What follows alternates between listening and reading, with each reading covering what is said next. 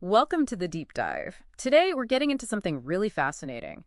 The Disney paradox. Right. This idea of Walt Disney as both this incredible visionary, the magician, but also... Also a pretty demanding micromanager at times. How did that even work? Exactly. And we want to explore that tension. The pull between having a really strong, clear vision, the what, and then trusting people to figure out the how. Decentralized execution, basically. And our mission today, for you listening, is to unpack a leadership formula from this.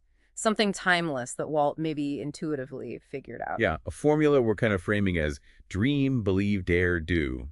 And you'll see how it connects, surprisingly well, actually, with modern agile ideas. Okay, so let's start with that vision piece, the what. You argue that before anything else, you need that non-negotiable why, right? Like a North Star. Absolutely fundamental. And Walt's genius started there. His core vision was simple, really emotional, making inanimate objects move to make families, kids happy. Simple but powerful. Incredibly, it wasn't some complex mission statement. It was tangible. And it motivated everyone, like from the top executives down to the person sweeping the floors. They got it. He was brilliant at sharing it, wasn't he? With passion, using things like storyboards. Oh yeah, the storyboards were key, making it vivid, making people feel the project. It's funny how that maps directly to modern agile thinking, The whole product vision, the role of the product owner championing that why. It's not new, is it? Not at all. And you see the flip side too. When that clear vision is missing, organizations become, well, feature factories. Yeah. Just churning stuff out. Right, building things without a real purpose, or you get those clashes of narratives. Yeah, where different teams have totally different ideas of what's important, makes prioritizing impossible. Okay, so vision is crucial, but let's talk about the control aspect, the how, because early Walt, well, visionary autocracy sounds about right. It does. He was deep in the details. The Matterhorn bobsleds are a classic example, just total micromanagement. And he often just shut down feedback. Which, as you can imagine, wasn't great for morale or creativity. It systematically destroyed psychological safety. That feeling that you can actually speak up or take a risk without getting your head bitten off. Essential for creative work. And this really blew up with the 1941 animator strike, didn't it? Oh, big time.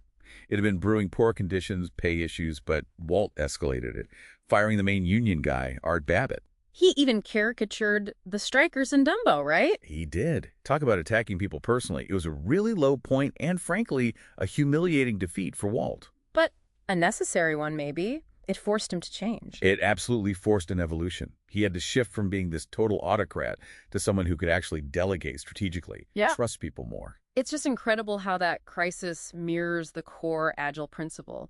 Build projects around motivated individuals and trust them to get the job done. Exactly. It hits on autonomy, mastery, purpose, all those things. Trust is the bedrock.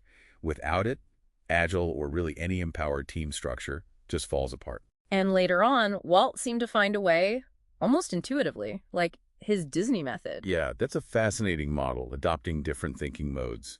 The dreamer, the realist, the critic, sometimes literally in different rooms. It sounds a lot like agile roles and ceremonies, separating the idea generation from the practical planning and the critique. It really does.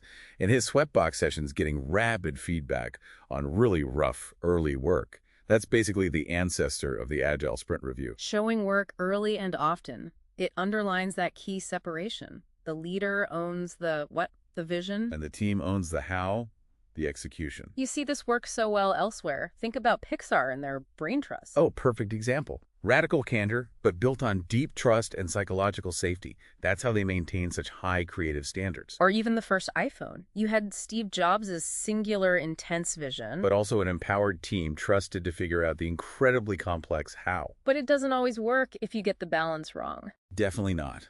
Look at Zappos and their holacracy experiment.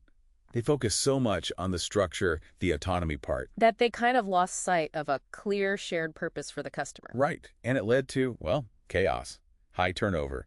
You need both the vision and the trust. And leaders have to be careful about that invisible electric fence. Saying you empower people, but then zapping them the first time they fail. Yeah. Walt did that before the strike.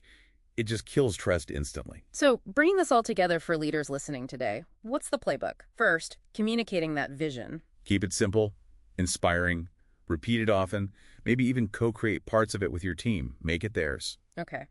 Then building trust.